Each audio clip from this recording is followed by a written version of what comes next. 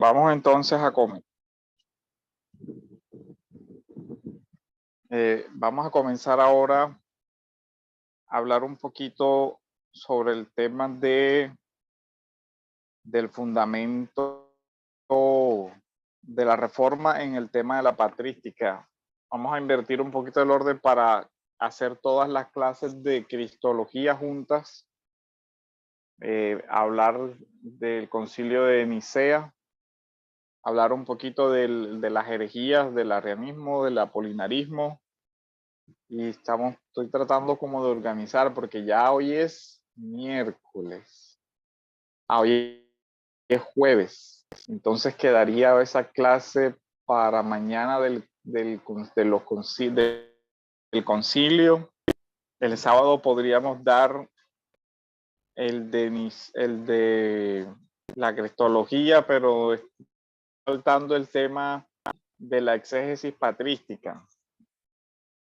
Aunque en el tema de la exégesis patrística también podemos hacer algo, y es que esas clases están grabadas, porque esas clases están grabadas de la anterior materia que se dictó. Entonces digamos que estoy entre dar el tema de la exégesis o el tema de las herejías cristológicas. Pero entonces les traía esa propuesta porque creo que la parte de las herejías cristológicas en el anterior curso no se tocó. Y sí se tocó el tema de la exégesis. Entonces ustedes podrían ver esas clases que están grabadas y podríamos dedicarle al tema de la cristología el día de mañana, la clase del sábado y la del lunes, para que quede todo junto la clase de cristología. Entonces creo que les podría, porque es que como son tantos temas, a veces es difícil sintetizar todo en un momento, pero igual yo creo que les mandé el link, y si no, mañana me recuerdan y se los mando de las anteriores clases. Está en la página del seminario de acá de Barranquilla y está en el canal de YouTube personal mío también. En cualquiera de los dos lo pueden ver. Entonces ahí pueden repasar también esa parte de la exégesis.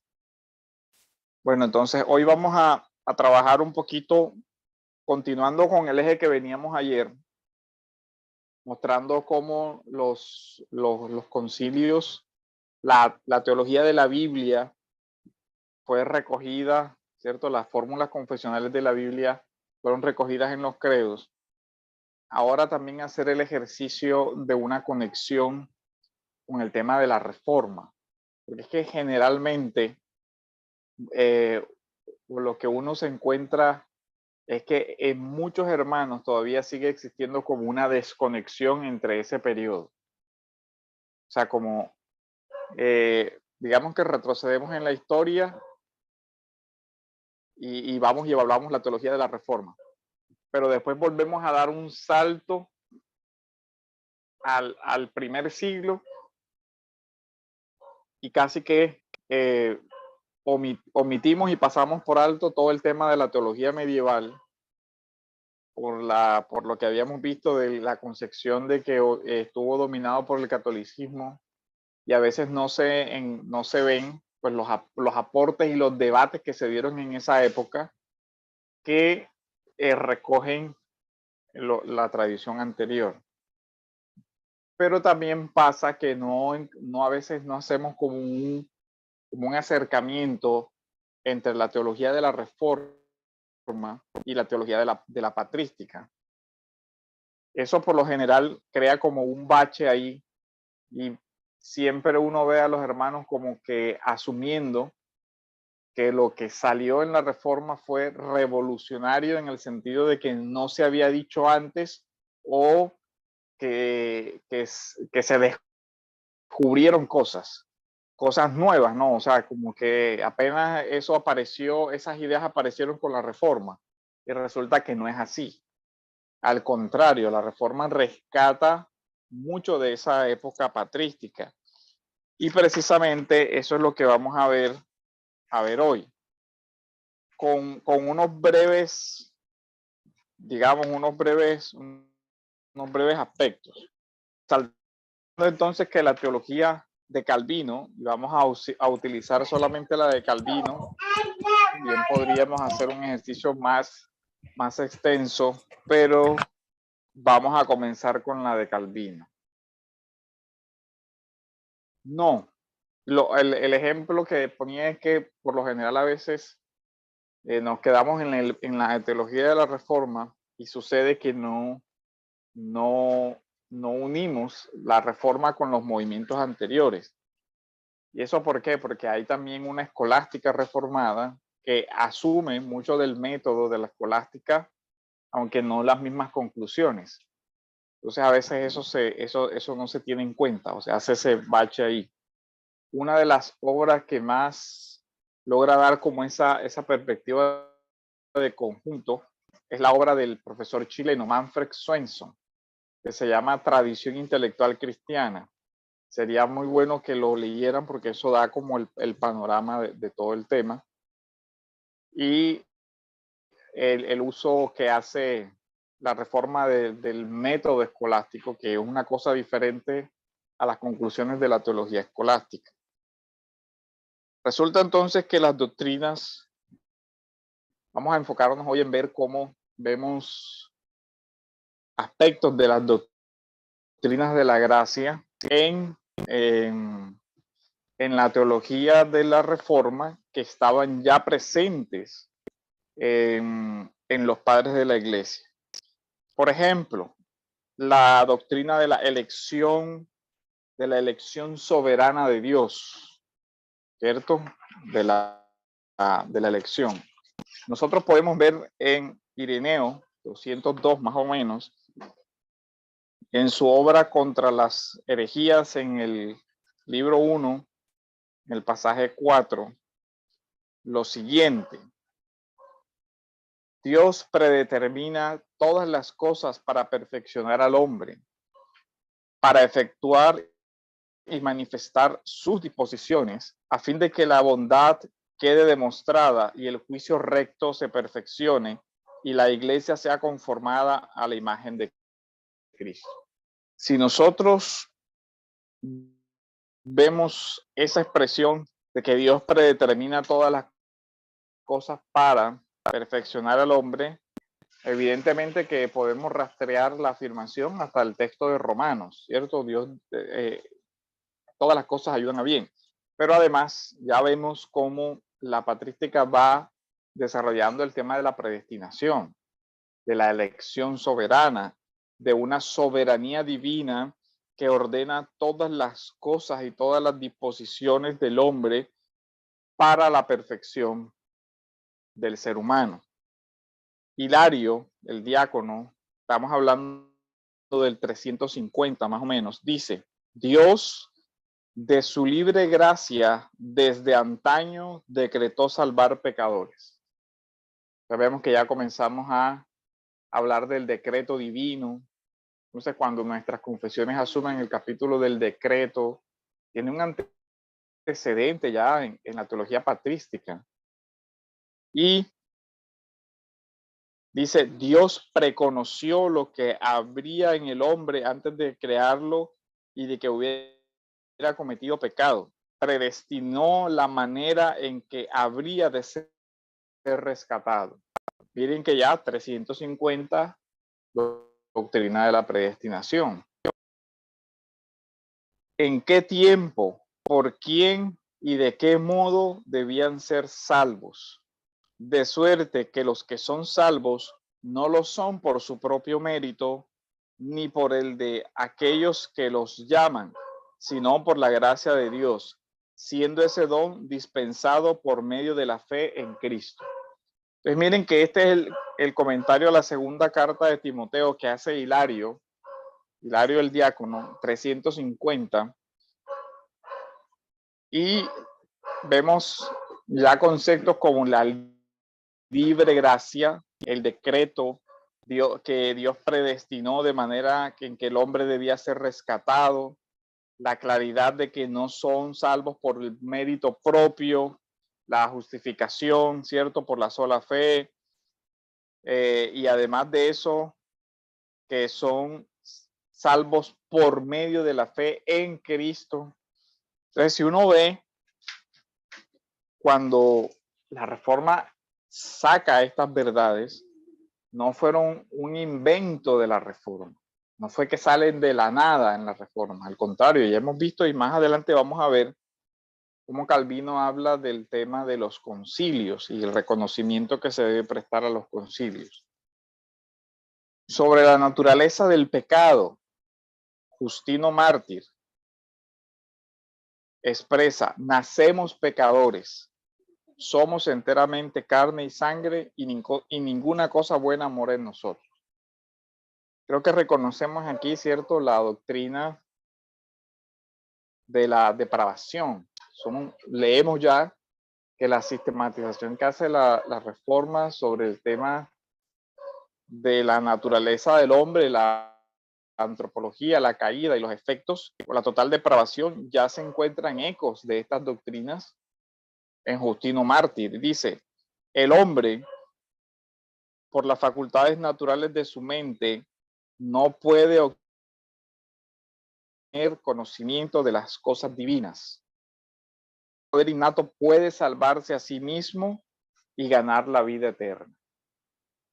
Jerónimo, año 400, sobre la naturaleza del pecado, también dice: si alguno considera, bueno, la anterior cita de Justino Mártir está en el diálogo con Trifón.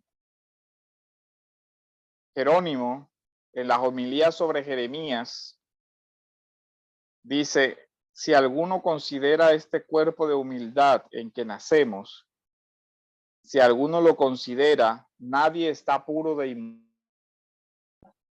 aunque su vida es solo un día y sus meses están contados. Verá cómo nacemos con impureza y en incircuncisión.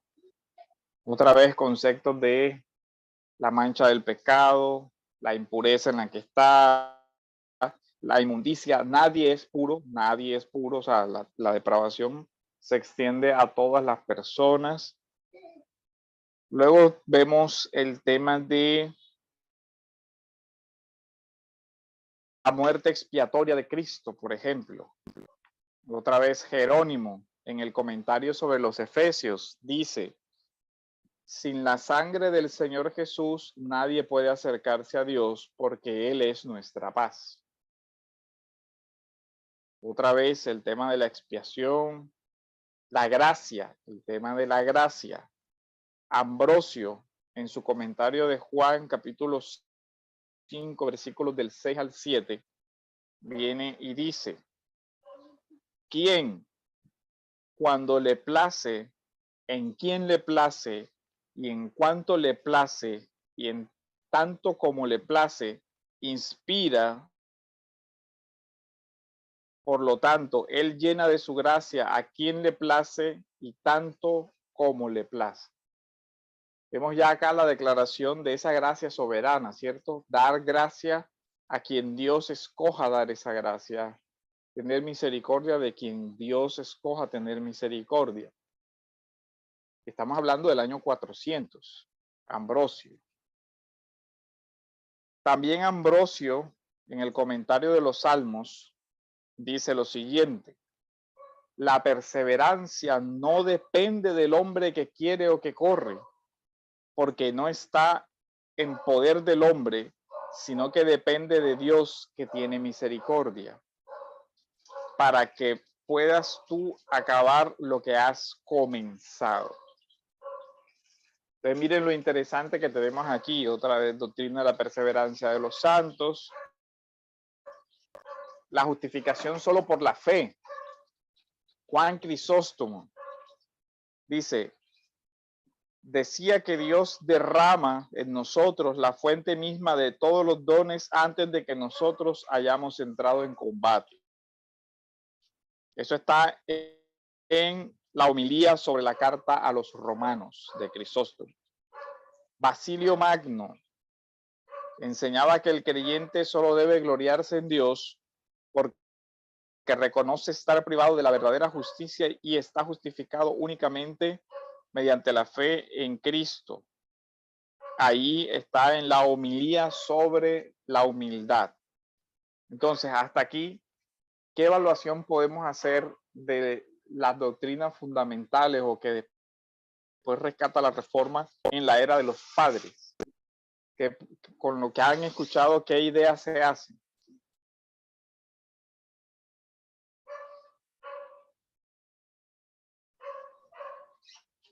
Prácticamente las doctrinas de la gracia están allí, ¿verdad? Faltó el llamamiento eficaz, me parece, pero del resto, Sí, y la lista no es buena parte. exhaustiva, solo les estoy dando como un panorama de las doctrinas que nosotros vemos como más visibles. Pero podemos ir viendo que cuando la reforma saca esas doctrinas, digamos, las rescata, tiene antecedentes. Dice un Sí, hermano en el claro. chat, es como si los reformadores solo unieron un gran rompecabezas. Ahora, recuerden que aquí hay una diferencia fundamental entre Lutero y Calvino, porque Lutero fue más tajante con el rechazo de la tradición anterior, con el rechazo de toda tradición. Entonces, la actitud de Lutero con relación, por ejemplo, a la filosofía fue de una total negación, incluso un apartarse o dejar de lado toda la tradición que él había conocido anteriormente de la escolástica, y no sabemos hasta dónde conoció el tema de la patrística temprana, pero él sí tuvo la actitud de quitar todo, mientras que Calvino se nota tiene más, digamos, que será calma, sosiego para analizar eso, y es más cercano al lenguaje filosófico por su formación previa, y es más cercano también a reconocer como este mundo de la patrística. De hecho, el uso de la teología de los padres en la teología de Calvino. Entonces, él, como las instituciones, cuando usted las revisa a detenimiento, y acá también extraje solamente las citas que son más evidentes porque son las citas explícitas. Es decir, el ejercicio es solamente ir leyendo y verificar cuando él cita a algún padre, cuando él lo cita, y por lo general puede encontrar la nota hacia dónde se refiere él, pero hay muchas citas también o enseñanzas indirectas, es decir, doctrinas que estaban en los padres, pero a las que hace referencia sin cita textual. Entonces, lo que sí vemos, sobre todo en la actitud que tiene Calvino, es la de ese valorar esa tradición, acercarse a esa tradición. De hecho, pues resalta entre todas, obviamente, el acercamiento a Agustín como padre como padre, digamos, de esas doctrinas de la gracia, o sea, el tratado de libre albedrío, su tratado de la salvación, su tratado de la gracia, sus obras, de todo eso.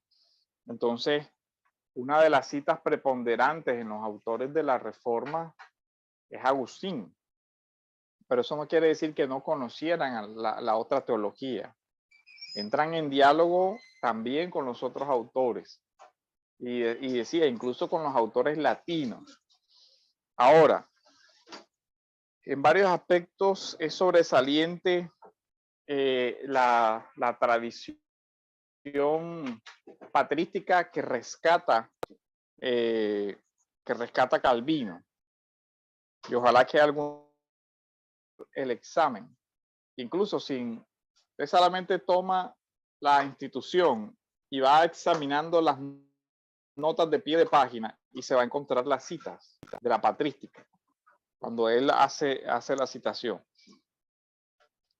Ahora, sobre el conocimiento de Dios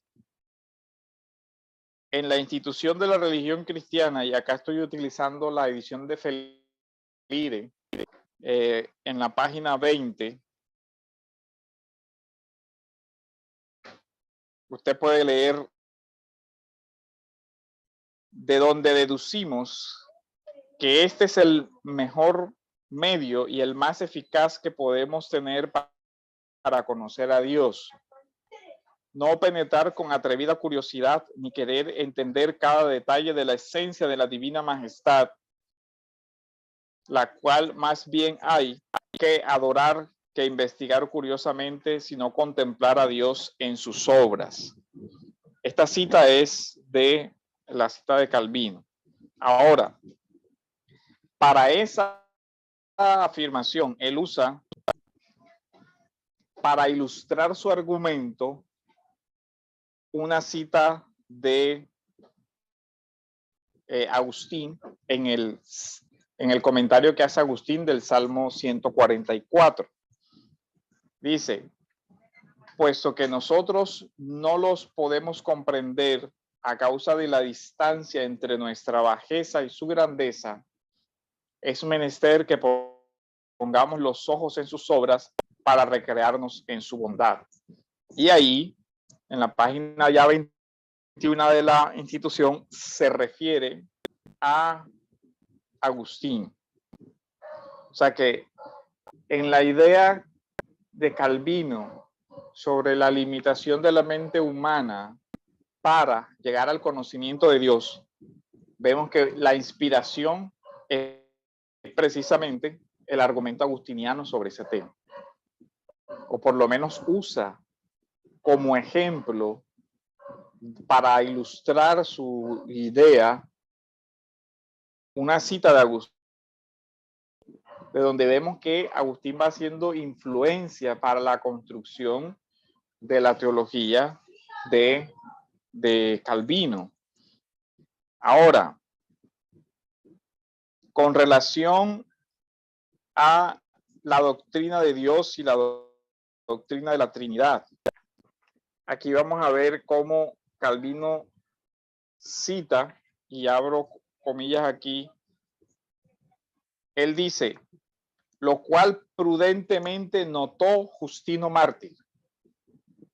Esta es la cita de la institución, el cual a este propósito compuso expresamente un libro titulado De la monarquía de Dios. La cita es para hablar sobre los múltiples testimonios de la Escritura sobre el tema de la Trinidad. Y acá se va Calvino a la obra de Justino Mártir. Y la cita es directa, o sea, él dice, lo cual prudentemente notó Justino Mártir, el cual a este propósito compuso expresamente un libro titulado De la monarquía de Dios, en el cual con muchos testimonios muestra que todos los hombres tienen impresa en su corazón la existencia de un solo Dios. Lo mismo prueba Tertuliano por el modo común de hablar. Entonces miren que cita directa, ya la construcción de la teología trinitaria de Calvino va teniendo como fuente, ¿cierto?, Tertuliano y Justino Mártir. Luego vamos a ver cómo él, en el tema de la teología trinitaria, va a apoyarse en lo que él llama los doctores latinos y los doctores griegos. Es decir, la patrística, ¿se acuerdan? La división geográfica, la patrística latina y los padres griegos. La cita es de la institución en la página 66 a 67 de la edición de Felire, la antigua. La otra nueva, no sé exactamente qué página será.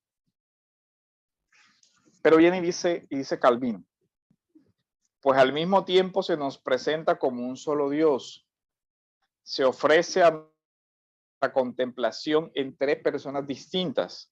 Y si nos fijamos bien en ellas, no tendremos en nuestro entendimiento más que un vano, y si no nos fijamos bien en ellas, no tendremos en nuestro entendimiento más que un vano nombre de Dios, que de nada sirve. Pero esta distinción no se refiere a la esencia, dividir la cual o decir que es una blasfemia. Por tanto, si damos crédito a las palabras del apóstol, síguese que en un solo Dios hay tres hipóstasis. Y como quiera que los doctores latinos han querido decir lo mismo con este nombre de persona. Miren cómo él hace una referencia para la construcción de la formulación trinitaria, obviamente a lo que dicen los apóstoles, pero también notamos aquí enseguida una referencia al desarrollo de la doctrina trinitaria, ¿cierto?, en los padres latinos. Miren que él dice, lo que nosotros entendemos como esencia, los padres latinos le llamaron persona. O sea, va traduciendo ya el lenguaje de la teología. Si quisiéramos traducir al pie de la letra lo que la palabra significa, diríamos subsistencia, lo cual muchos han confundido con sustancia, como si fuera la misma cosa. Pero además, no solamente los latinos usaron la palabra persona, sino que también los griegos, quizá para probar que estaban en esto de acuerdo con los latinos, dijeron que hay en Dios tres personas. Entonces, esta es una cita interesante porque ya en la institución, claramente Calvino menciona que para la construcción de la teología reformada sobre la Trinidad, está colocándose sobre el cimiento que ya había sido colocado en la patrística. Es decir, él toma, y más adelante también va a hablar Calvino expresamente del lugar del reconocimiento de los símbolos y los concilios. Entonces eso va uniendo el eslabón del progreso del dogma. Ahora, además de esto, como un derivado aparte también, usted puede notar la importancia que tiene aquí el conocer para la formulación teológica la terminología de cada una de estas escuelas. Porque Calvino, note que él tiene una formación en el tema de la patrística tan amplia que es capaz de distinguir. Dice, los padres latinos utilizaron este término con este significado, pero los padres griegos utilizaron un término diferente, pero con el mismo significado que utilizaban los padres latinos. Entonces él dice, aunque estamos encontrando diferentes palabras, se están refiriendo a un mismo evento. Para poder hacer ese análisis, uno tiene que entender que el conocimiento que tenía Calvino de ambas escuelas de padres era muy amplio como para poder hacer la interacción entre ellos. Identificar que aunque estaban utilizando categorías lingüísticas diferentes, estaban dentro de la misma categoría conceptual. E incluso mire la observación que él hace, dice, incluso en algunas ocasiones los padres griegos utilizaron conscientemente la misma terminología que los padres latinos, aunque ellos tenían otras, para señalar que en eso la patrística estaba de acuerdo, que había un acuerdo sobre ese tema. Entonces vemos cómo lo que uno puede notar de la cita es que Calvino ampliamente ha bebido de las fuentes patrísticas. Y aquí miren que Calvino sí hace la conexión, o sea, él hace el puente para ir hacia allá y rescatar esa teología y traducirla acá a un lenguaje ya de su época, de su contextualización. pero maneja los lenguajes, la conceptualización clásica de tal manera que incluso él puede decir lo que los padres latinos decían con esto, nosotros lo decimos con este término. Ahora, aquí se ve uno de los obstáculos más grandes para la comprensión de la argumentación de Calvino en esta parte. Porque si nosotros no manejamos la conceptualización adecuada, no vamos a poder ver toda la riqueza de la teología. Y vemos aquí que Calvino se ubica en esa discusión de esencia, sustancia, naturaleza, hipóstasis. ¿Qué nos referimos con esto? Que en gran medida se ha perdido del vocabulario de la teología moderna. ¿Y eso qué consecuencia tiene?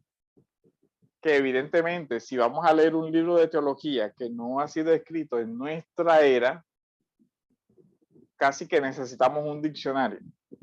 Y literalmente hay diccionarios de patrística que explican los padres cómo utilizaban los lenguajes.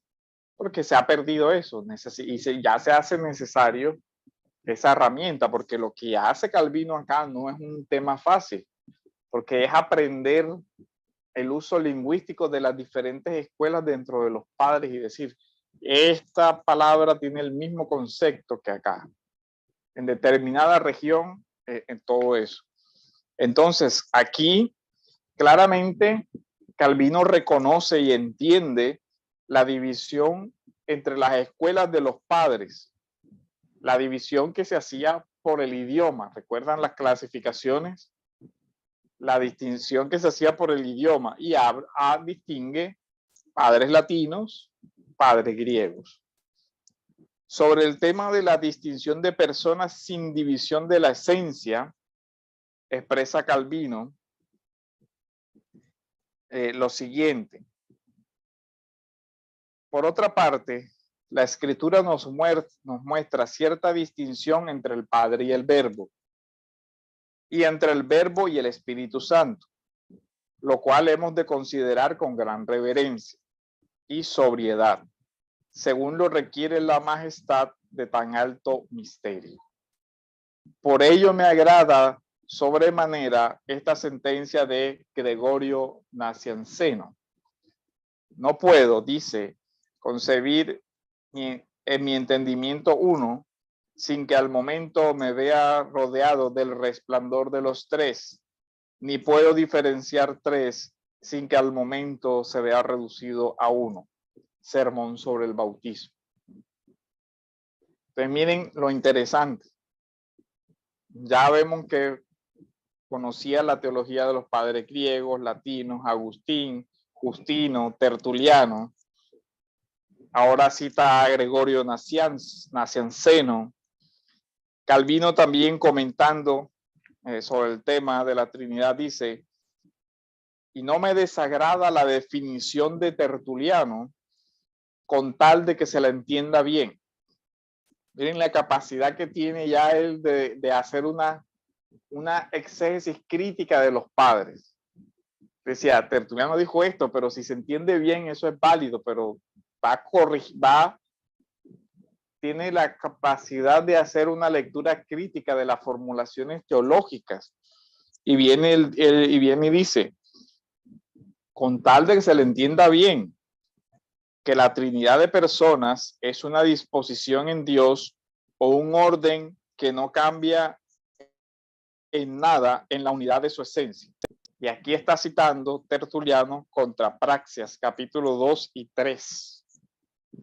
Y las citas expresas, o sea, Calvino refiere, o sea, que por lo menos ya había leído esa obra de Tertuliano, había leído la monarquía de Justino, había leído las obras de los padres latinos y los padres griegos, había leído la obra de Agustín. Entonces uno dice, ¿por qué no es, si la construcción de la teología de Calvino usó de esa manera los padres, ¿por qué nosotros no lo usamos de la misma manera? Todavía tenemos en la mente el chip de eso es más católico, la reforma es después.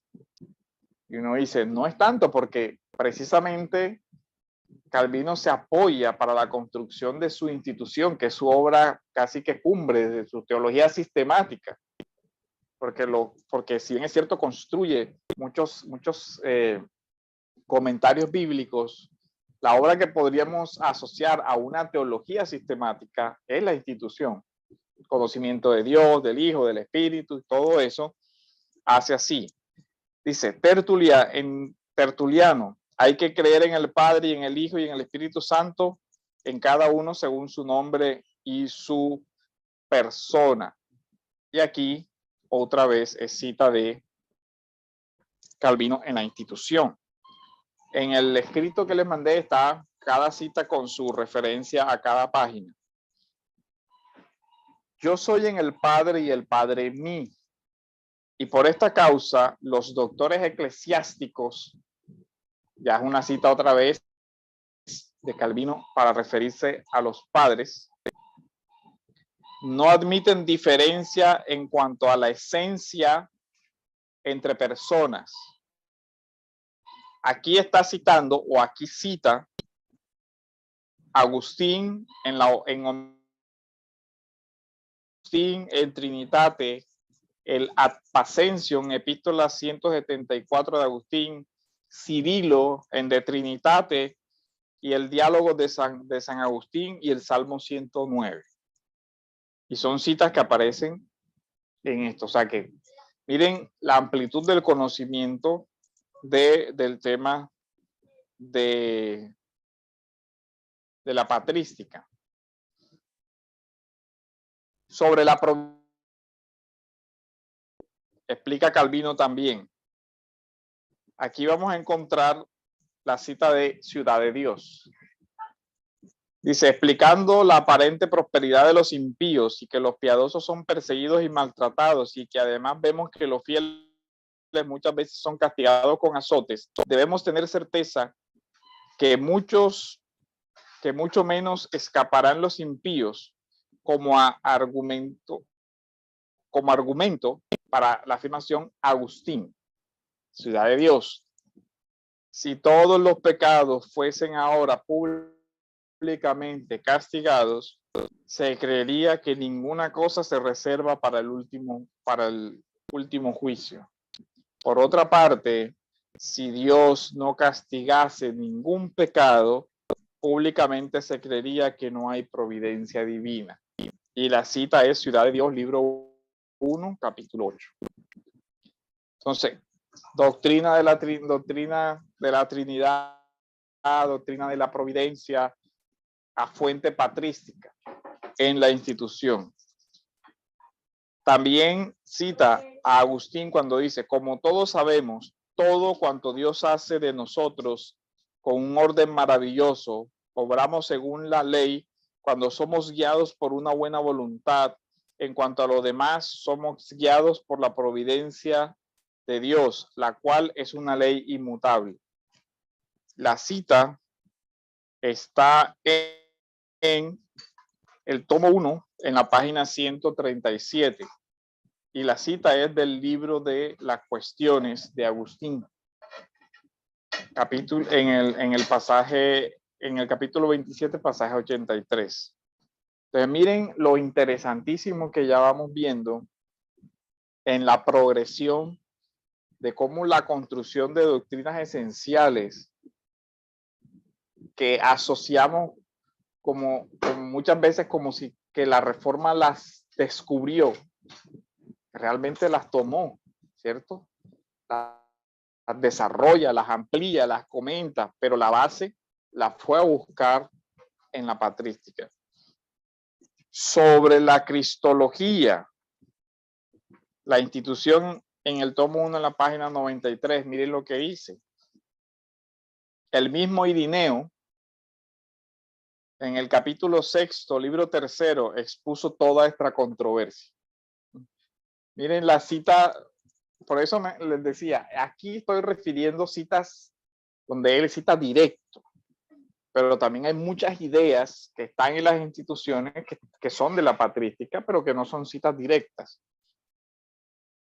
Dice, en aquel lugar este santo varón insiste en que aquel a quien la escritura llama absolutamente Dios es verdaderamente el único y solo Dios, y luego dice que Jesucristo es llamado absolutamente Dios, y en otro lugar prueba que los profetas y los apóstoles llamaron Dios juntamente al Hijo y al Padre. Afirma un poco más abajo que el Hijo es el creador del cielo y la tierra, que dio la ley por medio de Moisés y se apareció a los patriarcas.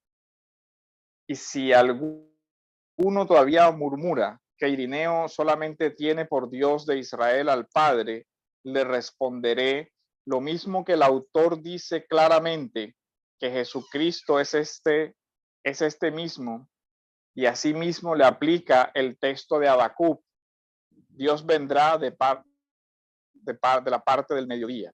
Vemos aquí ahora también otra fuente patrística para la construcción de la cristología, que es la doctrina fundamental.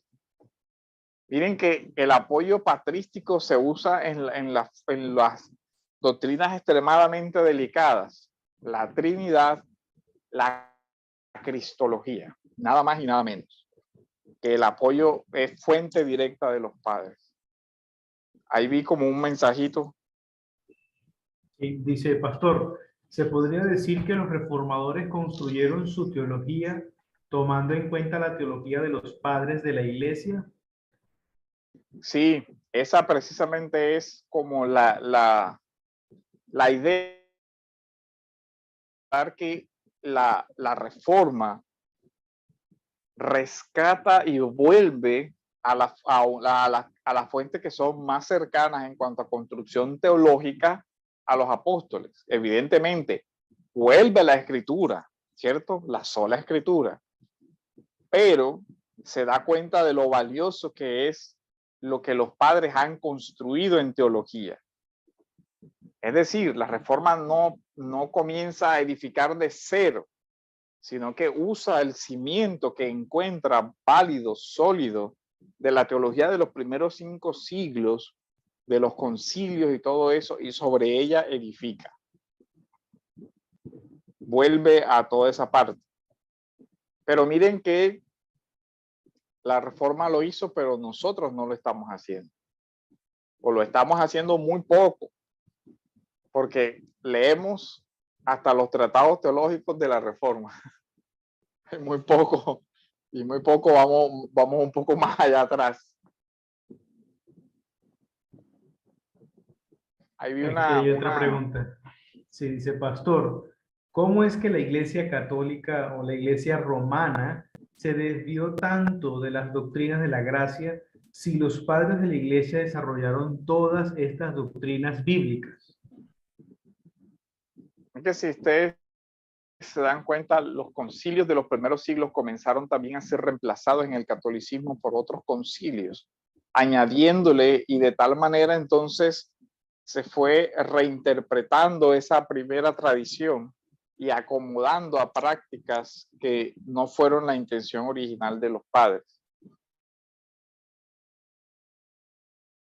Evidentemente se da que para muchos se perdió realmente esa riqueza, y para otros fue simplemente un uso amañado. Ahora, recordemos también que la Edad Media tuvo grandes mentes, pero la generalidad de los sacerdotes no eran personas muy educadas, que digamos. De hecho, muchos sacerdotes no sabían ni siquiera leer y escribir. Sí habían hombres letrados, sobre todo los que trabajaban en la copia de manuscritos y todo eso, pero también había mucho sacerdotes que no eran así como tan desarrollados. Entonces, como toda tradición, es susceptible de un mal uso y es susceptible de una interpretación acomodada por muchas situaciones, por situaciones sociales, por situaciones políticas, por intereses de varias naturalezas. Entonces ahí estamos con ese tema. Pastor, y en el catolicismo, bueno, ahora en el presente, se observa una brecha entre la teología académica y el resto de feligreses que solamente lo que hacen es memorizar rezos, pero se observan esas dos alas, o sea, la parte académica, que es la que estudia y que hace teología, historia y todo lo demás, y la parte de los feligreses y muchos sacerdotes que no estudian teología tampoco. No sé cómo se daría eso en la era medieval. También había esa distinción entre los estudiosos que generalmente no están en los púlpitos, no están dentro de una misa, sino que están en otros lugares, en oficinas, escribiendo, pero no se relacionan en la iglesia. O sea, no hay una unidad entre la teología y la vivencia de la iglesia. Por eso es lo que vemos ahora. No sé si en la Edad Media se vio también esa distinción. Yo creo que sí, porque hay muchas, o sea, hay muchos grandes doctores, pero recordemos que las órdenes eran pues muy estrictas con las que pertenecían. Entonces, también se dieron muchas órdenes cerradas para hombres nada más, aunque también hubo órdenes predicadoras que trataron de hacer. Y ahí entra la complejidad, porque el catolicismo, no, aunque se presenta como un sistema muy monolítico, en realidad no lo es, porque lo que ha tenido es la, ¿cómo diríamos?, la capacidad organizativa de mantener dentro de un solo sistema una gran cantidad de corrientes diferentes. Y hoy lo vemos. Están los jesuitas, los eudistas, los franciscanos, los capuchinos, y una gran cantidad de énfasis, de escuelas, de subescuelas entre ellos mismos. Están todavía los que son más de la vida pública, están los que son de conventos. O sea, es una variedad muy grande. Entonces, dentro de ciertas órdenes se apreciaba mucho la educación, la erudición, la vocación, digamos, de docencia y enseñanza. Pero había otras órdenes que, digamos, se apropiaban mucho del tema de los pobres, de la asistencia, todo eso, y no era tanta esa proclamación o predicación. Entonces ahí uno ve que ahí depende la orden de donde esté y depende el enfoque de esa orden era como el objetivo. Por eso uno ve un órdenes como los predicadores, los dominicos de la línea de Agustín, o los agustinianos. Ya eran personas más de una espiritualidad más cercana a la introspección y también al estudio de la escritura y al estudio de la obra de Agustín. Todo eso, entonces depende mucho. Pero sí es un reto y todavía creo que podemos ver eso actualmente. Sí, hay otra pregunta, pastor. Dice, ¿en qué momento se podría decir que ocurrió ese primer cisma entre los padres y la Iglesia de Roma? Es que después siguen otros concilios y cuando lleguemos ya vamos allá a los concilios que nosotros tenemos y los que consideramos, lo que se denominan los concilios universales.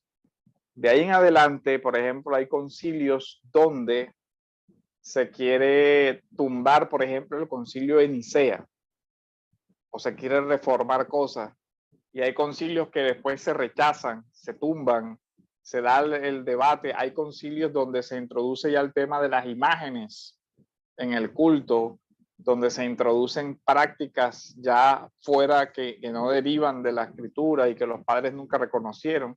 Ahí va ya comenzando todo el tema.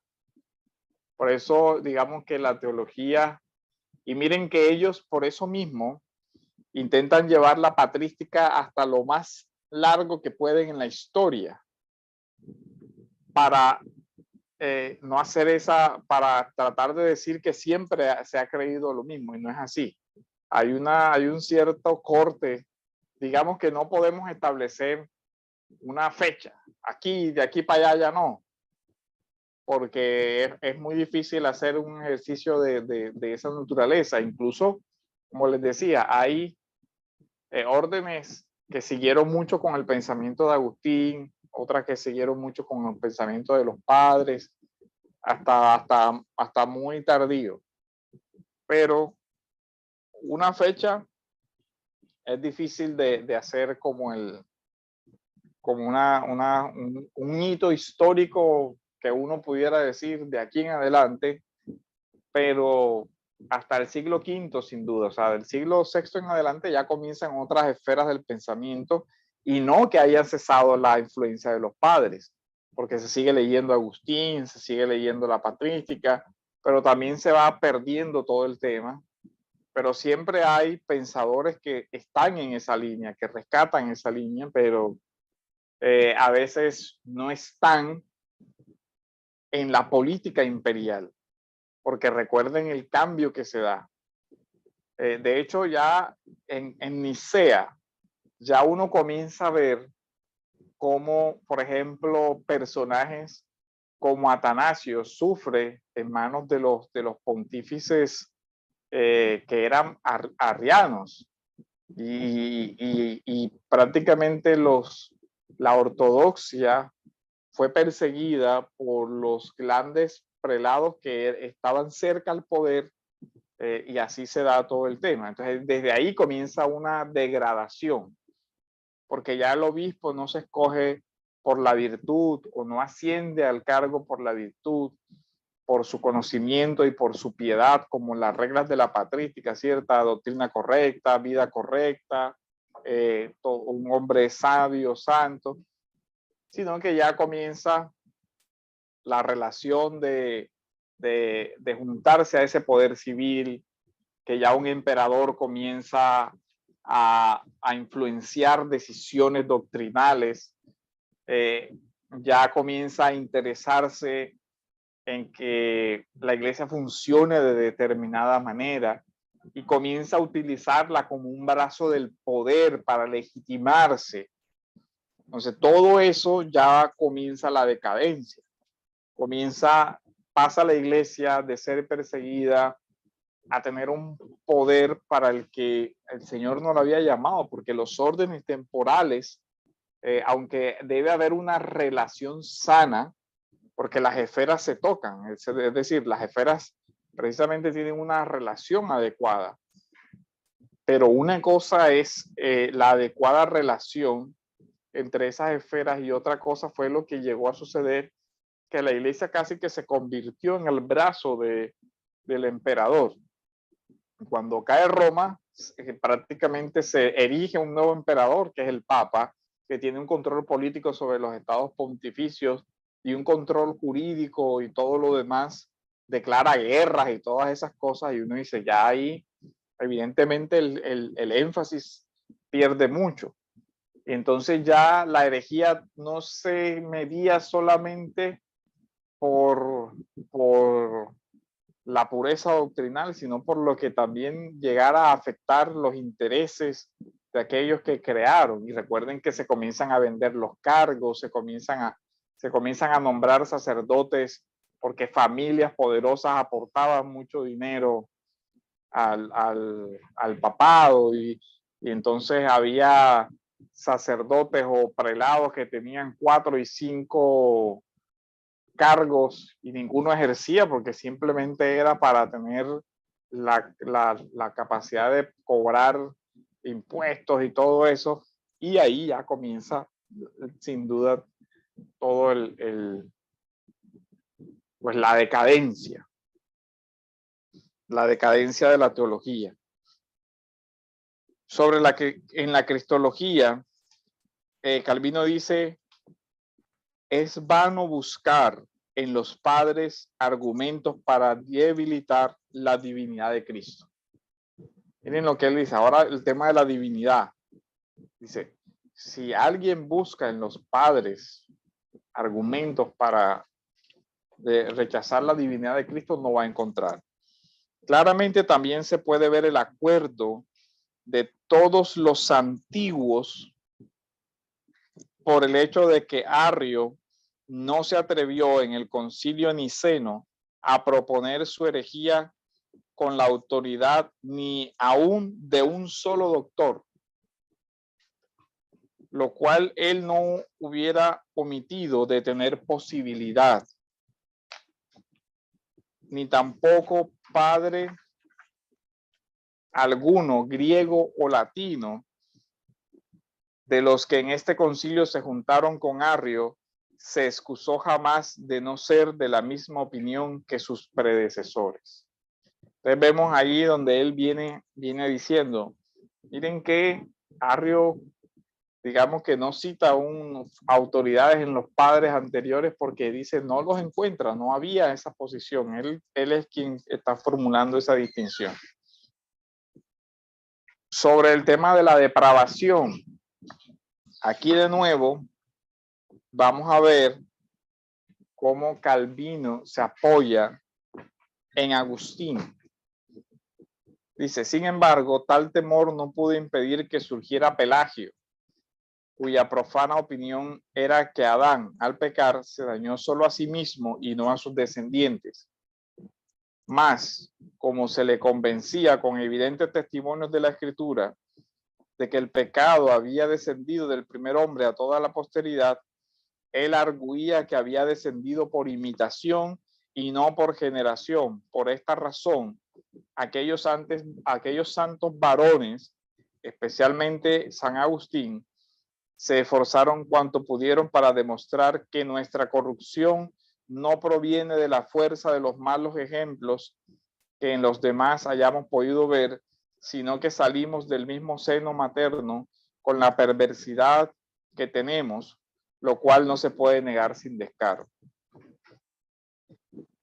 Y dice, pero nadie se maravillará de la temeridad de los pelagianos y los celestinos si ha leído en los escritos de San Agustín qué desenfreno y brutalidad han desplegado en las demás controversias. Ciertamente es indiscutible lo que confiesa David, que ha sido engendrado en iniquidad y que su madre le ha concebido en pecado. Como dice Agustín, cita Calvino, trátese de un infiel condenado o de un fiel perdonado, ni el uno ni el otro engendran hijos perdonados, sino condenados, porque engendran según su naturaleza corrompida. La cita es de la gracia de Cristo y el pecado, y del pecado original, una obra de Agustín. Entonces vemos aquí cómo doctrina ahora de la depravación total, argumento, los padres, argumento, Agustín, referencia las batallas anteriores.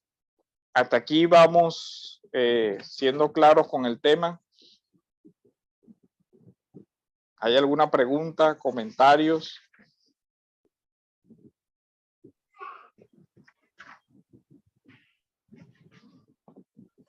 Hay una pregunta en el chat, pastor. Si la puede leer porque no la vi. Ok, dice, pastor, ¿se podría decir que la iglesia en el contexto posmoderno dejó en la oscuridad la ortodoxia y obras de los padres apostólicos? Yo creo que en gran parte sí, porque si nosotros vemos, es muy poco el conocimiento que se tiene en la iglesia de hoy de la riqueza, digamos, doctrinal de los padres. Yo creo que eso es como una cosa que hoy es lamentablemente evidente. O no sé si alguien tiene una percepción distinta, pero desde las veces que me ha tocado, por ejemplo, dictar esta materia, es más el desconocimiento que se nota del tema que hayan personas que tengan un acercamiento a la obra patrística, pues más o menos. Uno encuentra personas que sí han leído, por ejemplo, Berkhoff, Hodge, las teologías modernas, Gruden, esto, lo otro, pero encontrar a alguien que haya leído, por ejemplo, los Padres Apostólicos o una obra directa de Agustín, muy pocos. Saben que hay citas de Agustín por ahí regadas en los libros que leen y de pronto en alguna que otra, algún otro libro de teología encuentran una cita y esa cita la referencia. La cita famosa, ¿cierto?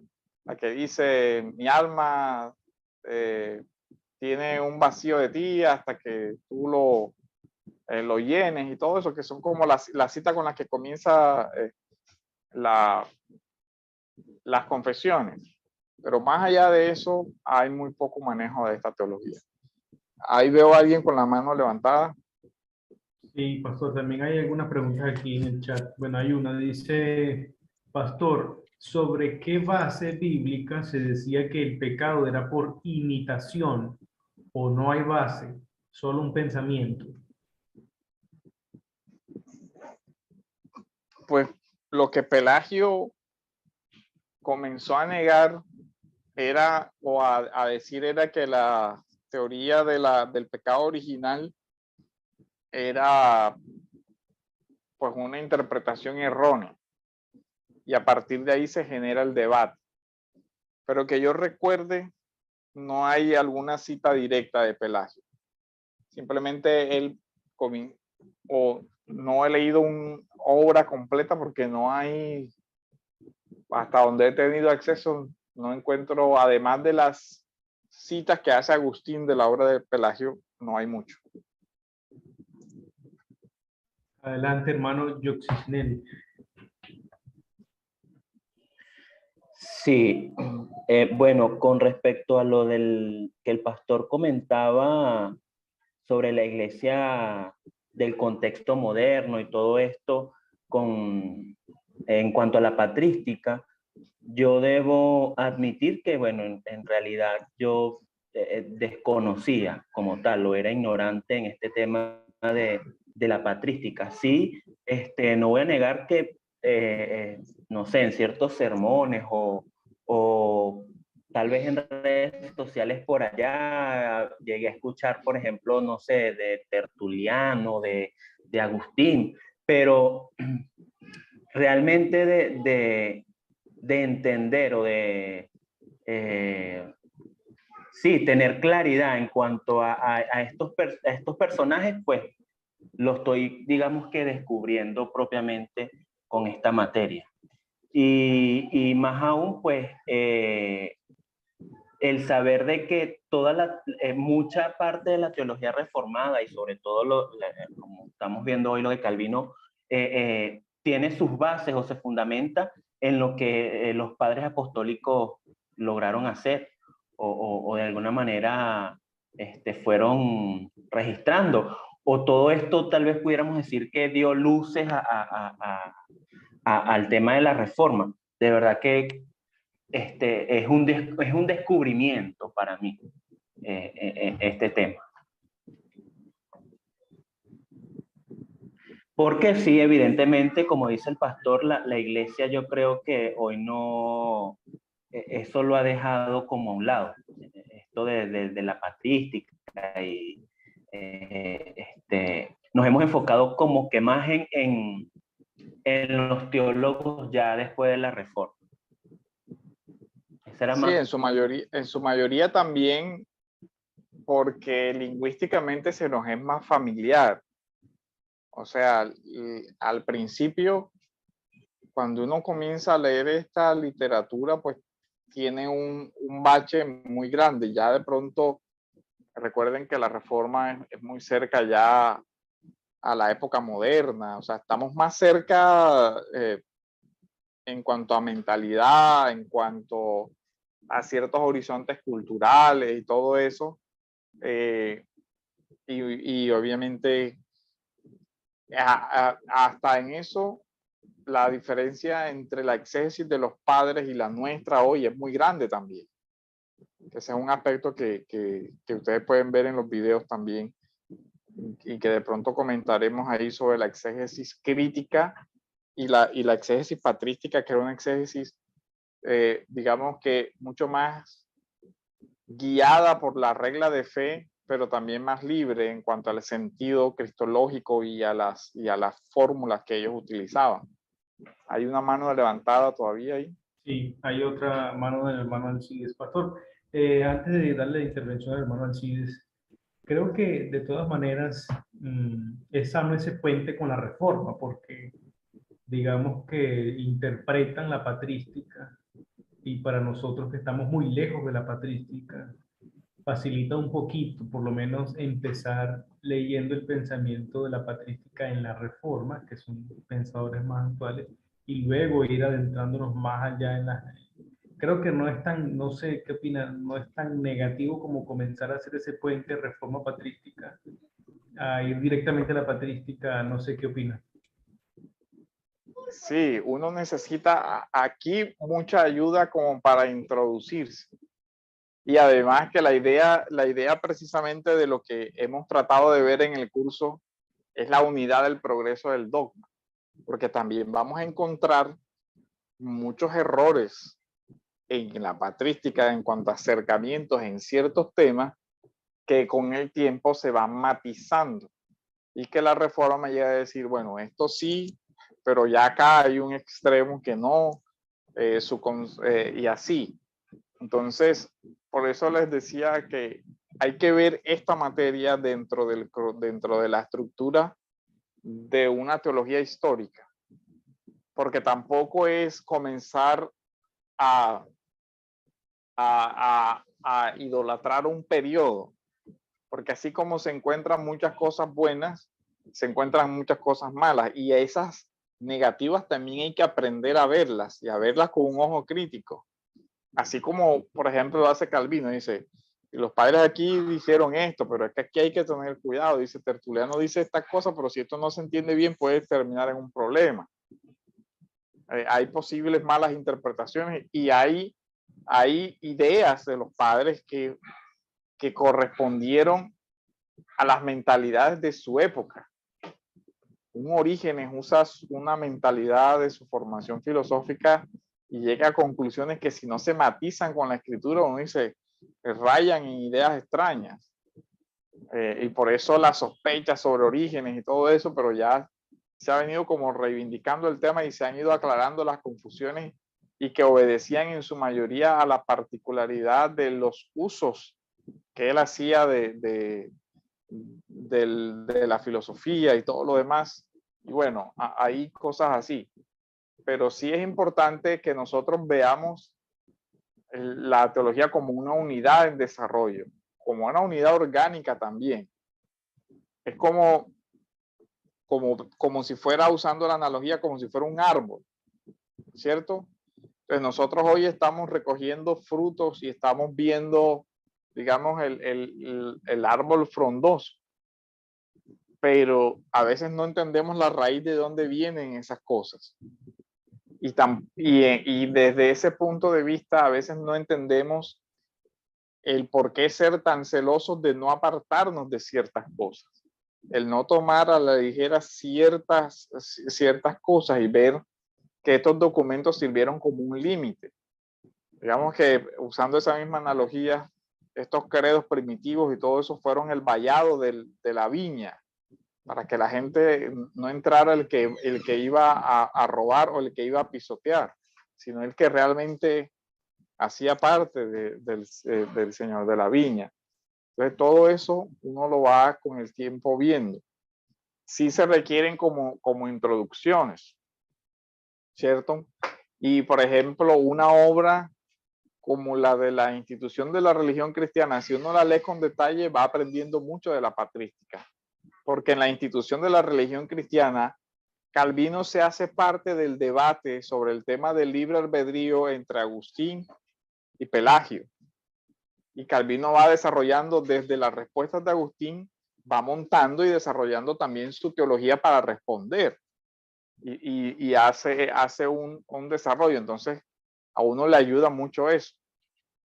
Por eso la idea era traerles también esta parte de hacer ese puente, de esa conexión.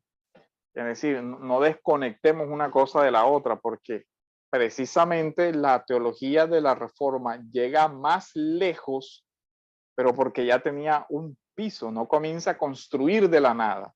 Ellos se montaron sobre los hombros de unos gigantes ya y pudieron ver más, pero, y a veces ese es el error que se comete hoy. No, yo voy a construir mi teología desde cero.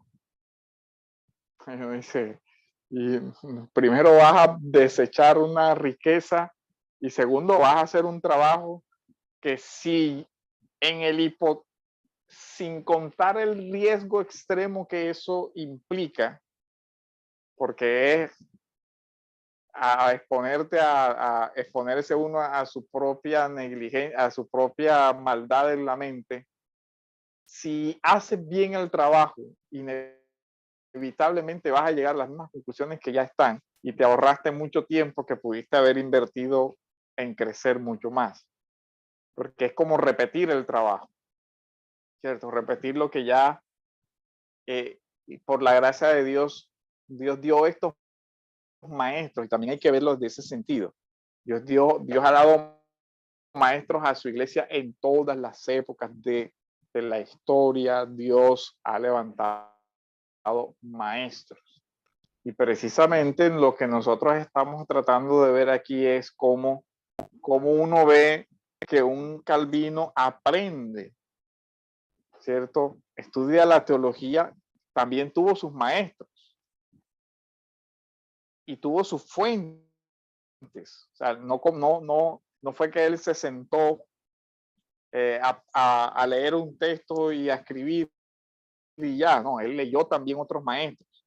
Siguió de las interpretaciones de Agustín, siguió de las interpretaciones de Irineo, siguió de las interpretaciones de los padres capadocios, de Gregorio de Nacianzo, los otros, y fue construyendo su teología basado en eso. Y la teología va creciendo, desarrollando. Haríamos mal nosotros en decir, yo no voy a leer ni a un Sproul ni a nada de eso porque voy a leer únicamente esto, ¿cierto? Porque también nosotros vemos que precisamente hoy hay también grandes mentes que Dios ha levantado para edificar a su iglesia y que son maestros de hoy y que no pueden ser despreciados. Pero el tema es que a veces nosotros reducimos nuestra mirada a lo que tenemos solamente al frente y olvidamos el desarrollo progresivo de la teología. Y si acaso conocemos los teólogos de los últimos 10 años y de nuestros contemporáneos y nada más. Entonces ahí es donde de pronto hay que tratar de tener un poco más de horizonte cultural y de horizonte histórico y hacer así. Y nosotros vemos que no solamente Calvino, muchos reformadores hacen amplias citas, ¿cierto? Tanto de la literatura clásica como incluso de antes de ellos y de la patrística. Pero nosotros hemos perdido esa costumbre. Hemos perdido como ese puente, esa conexión ahí. Nosotros, mire, no sé si usted se ha dado cuenta de un fenómeno académico que sucede, y es que en la academia está pasando que a veces se generalizan pensamientos y se cree que ese pensamiento, digamos, es el fruto de un amplio consenso. Pero cuando usted ve, hay 3, 4 o 5 que están produciendo cosas y el uno cita al otro y el otro cita al otro y así. Y entre esos 5 crean el presunto consenso. Pero resulta que realmente para la construcción de la teología no debería bastarnos con el consenso de los 3 o 4 o 5 que están escribiendo, sino tratar de ver el consenso de la teología en la historia, de mirar un poquito, bueno, aparentemente hoy este es el consenso, pero eso sí es lo que la iglesia ha creído a tiempos atrás. Y cuando se hace ese ejercicio, uno dice, mira, lo que hoy es idea generalizada, antes la iglesia la evaluó y la rechazó. O antes la iglesia la evaluó y la aceptó. También es posible. Pero ese ejercicio no se hace. Nos quedamos de los autores que nosotros conocemos, a los que apreciamos y respetamos, y no es que eso esté mal, pero a veces nos quedamos con los errores de nuestra época. Y ya, porque no tenemos una mirada más de conjunto. Entonces, Sí. Pastor, por ahí había digamos otra que ese es el reto intervención. que nosotros tenemos. Sí, Sí, es verdad. Por ahí había otra intervención, aunque el hermano ya bajó la mano, pero me gustaría darle la oportunidad. Hermano Alcides, ¿tenías alguna pregunta? Sí, pastor, yo estuve leyendo hace tiempo que la Iglesia Católica se desvió de Constantinopla, de la Iglesia con el Estado, y que eso resultó en la entrada de los bárbaros a la Iglesia, y mezclándose al paganismo con el cristianismo, creando el sincretismo, pues, y se fue olvidando lo que es la Biblia y eso, y una mezcla loca de doctrinas. No sé si estaré equivocado. sí, en gran parte ahí va comenzando la decadencia. En que ya se introduce esa tentación del poder y ya se va perdiendo. Pero no es el único factor, o sea, hay otros infinidades de factores. Acuérdense que mal o bien, Roma fue un factor, digamos, el mundo político romano fue un factor de unidad y de tranquilidad y de paz.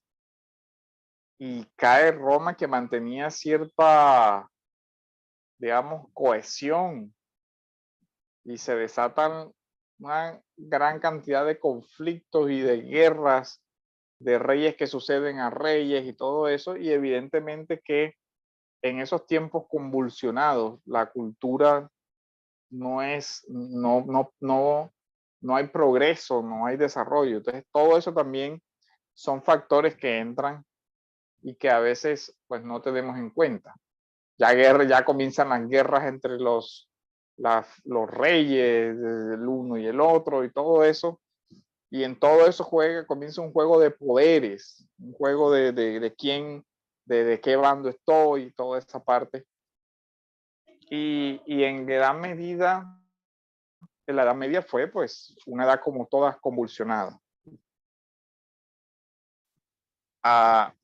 También, miren, la doctrina del libre albedrío. Si ustedes ven, también dice, y si hemos de atender a la autoridad de los padres, aunque es verdad que usa muchas veces esta expresión, libre albedrío, está hablando Calvino, sin embargo, nos dicen la estima en que la tienen, y especialmente San Agustín, que no dudan llamarlo siervo. Es verdad que en cierto pasaje se vuelve contra los que niegan el libre albedrío, pero la razón que principalmente da es para que nadie se atreva a negar el arbitrio de la voluntad de tal manera que pretenda excusar el pecado. Y aquí cita a Agustín ampliamente, en el tema del libre albedrío, cita a Calvino ampliamente a Agustín en el sermón sobre San Juan, en la homilía 53, la epístola a Anastasio, el libro de la perfección cristiana, el Enquiridion, la carta a Bonifacio, el sermón y así, del espíritu y de la letra, de la corrección y de la gracia.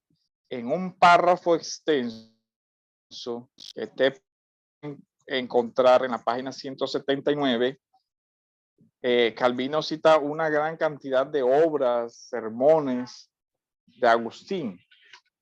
¿Qué nos dice todo eso? Que realmente para la construcción de la teología de Calvino, la obra de los padres fue muy valiosa. Hay un capítulo de la institución que se dedica a tocar el tema de el uso de los concilios. Usted ojalá lo busque en la institución, está digital en la página de Felire, y él hace el siguiente comentario.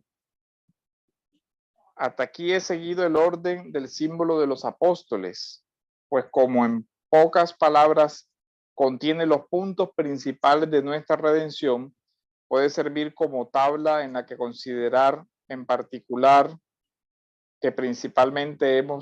lo que principalmente hemos de notar en Cristo. Al llamarlo símbolo de los apóstoles, dice Calvino, no me preocupo mayormente de investigar quién puede haber sido su autor. Los antiguos de común acuerdo lo atribuyeron a los apóstoles, sea porque pensaban que los apóstoles lo habían dejado redactado o por dar autoridad a la doctrina, que sabían que procedía de ellos y se había ido transmitiendo de mano a mano, ¿se acuerdan? La regula fidei. Yo no dudo que este sumario ha sido admitido y ha gozado de autoridad como una confesión aprobada por común y público consentimiento de los fieles, ya desde el principio mismo de la iglesia e incluso en el tiempo de los apóstoles. Esto es lo que Calvino habla sobre los concilios. Dice, más, antes de comenzar a tratar de esta cuestión, necesito decir brevemente dos cosas. La primera, un tanto severo en esta materia no se debe a que no tenga los concilios antiguos en la debida estima. Yo los reverencio de todo corazón y deseo que todos los estimen como deben merecerlo.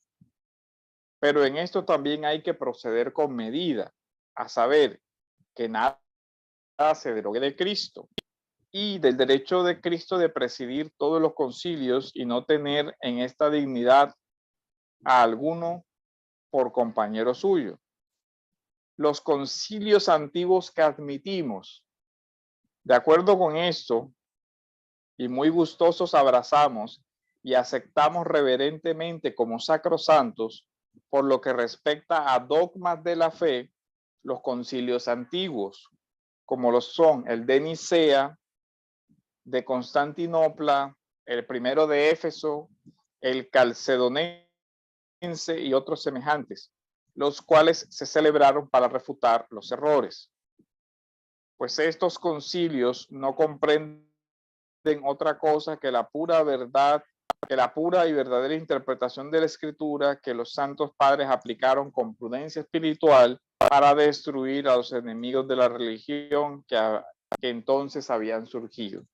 Dice, el concilio de Elvira, las imágenes se rechaza segundo de Nicea, que es otro donde ya intentaron hacer ahí otras modificaciones. Entonces, este es un comentario que hace Calvino en su institución. Y miren que él dice, sí, los concilios tienen un valor, pero ningún concilio puede invalidar ninguna doctrina que derive del Evangelio o de la enseñanza de Cristo. Y eso porque sigue aplicándose el principio que venimos diciendo, la Escritura como norma suprema, norma de normas, y todas las demás declaraciones teológicas deben ajustarse a esa norma. Entonces, de aquí en adelante, ya vemos el documento que les envié, simplemente referencia los concilios y su afirmación, que son los que nosotros vimos, y que ayer estudiamos el credo de Atanasio, el credo de Calcedonia, Nicea y todos los demás. Ahora, ¿qué es importante, digamos, evaluar de todo esto? Los que se reconocen es Nicea y el credo niceno-constantinopolitano, pero existieron otra gran cantidad de concilios menores e incluso algunos de ellos quisieron revocar al concilio de Nicea por la condena al arrianismo. Entonces, esos son los que no se reconocen, o los que quisieron introducir las imágenes y todas esas cosas. Ya esos no se aceptan como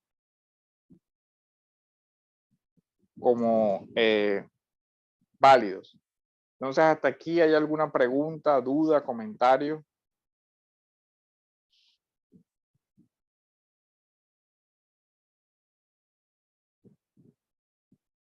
Para dejar hasta acá, y mañana comenzamos con ya el tema de cristología.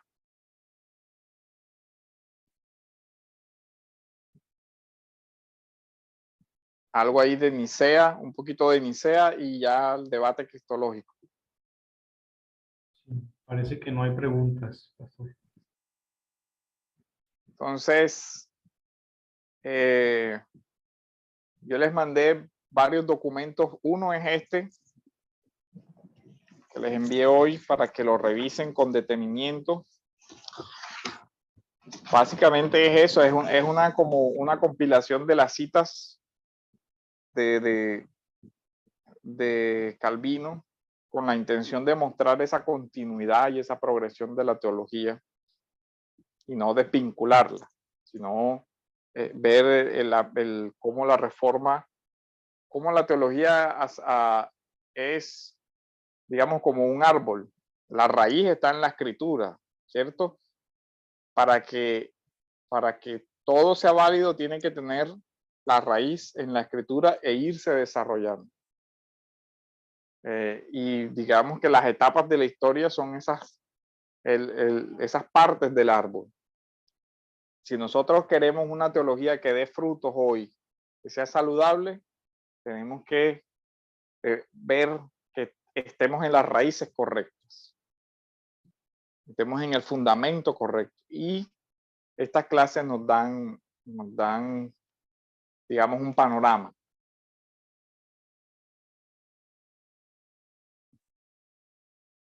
¿Hay alguna pregunta, duda, comentario? Si no, oremos para terminar y mañana continuamos entonces con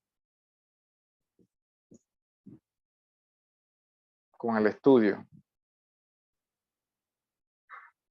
Bueno, vamos a orar, hermanos, y para que puedan descansar y puedan leer los escritos que se les envió. Bendito Dios, te damos gracias, Señor, por tu amor, por tu misericordia. Rogamos, Padre, que tú nos sigas enseñando tu palabra y que nos sigas dando la sabiduría, la misericordia para seguir estudiando, para transmitir también, Señor, para ser multiplicadores de lo que tú nos enseñas, en el nombre de Jesús. Amén. Amén. Muchísimas gracias, pastor. Bueno, mis hermanos, bendiciones y que descansen y que puedan poder revisar los materiales. Amén. Amén. Amén, amén. Gracias. Gracias.